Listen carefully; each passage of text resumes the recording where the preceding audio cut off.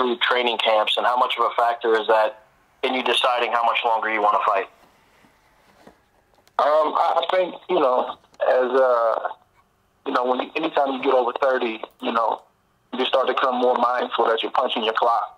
I think at the end of the day, the gauge is just the desire.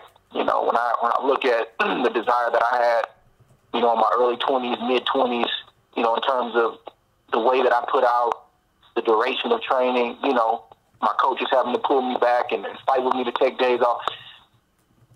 When I compare the 20s to the 30s, it's still the same. It's still the same. If anything's different, I have to give more attention to my body after I, abuse it and break it down.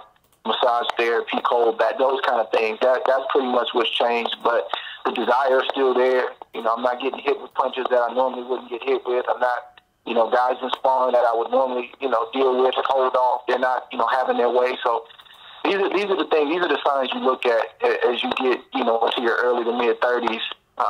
And if you're lucky enough beyond that to see if it's a situation where it's time to walk away, and those types of things aren't even happening. And how would you assess Kovalev's power from the first fight, especially as it relates to maybe other guys that you fought, obviously at a lower weight?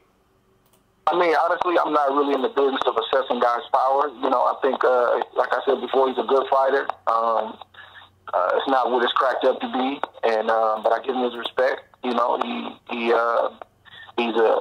champion, and I think, once you become a champion and defend your belt, you're a champion for life. So, he's a champion caliber fighter, and, we give him that respect. But in terms of rating power and all that kind of stuff, I'm really not in the business of that. Andre, as we go forward, and we're now almost 7 months removed from the first fight, how much has it motivated you and fueled you? Because it's almost now that, like yesterday on the conference call, they said that they thought he won 8 or 9 rounds, and obviously, no matter who you had when you fight, it was much closer than that. So, how much has that motivated you as you've moved forward here? I mean, it's definitely something that we're gonna deal with. June 17th is definitely something that can be a motivating factor, but it's not everything. At the end of the day, that's their narrative. That's what we understand why they're saying what they're saying. And if you look at the history of this team, the history of this fighter, anytime it doesn't go their way, they respond like this. So, we understand it, we get it.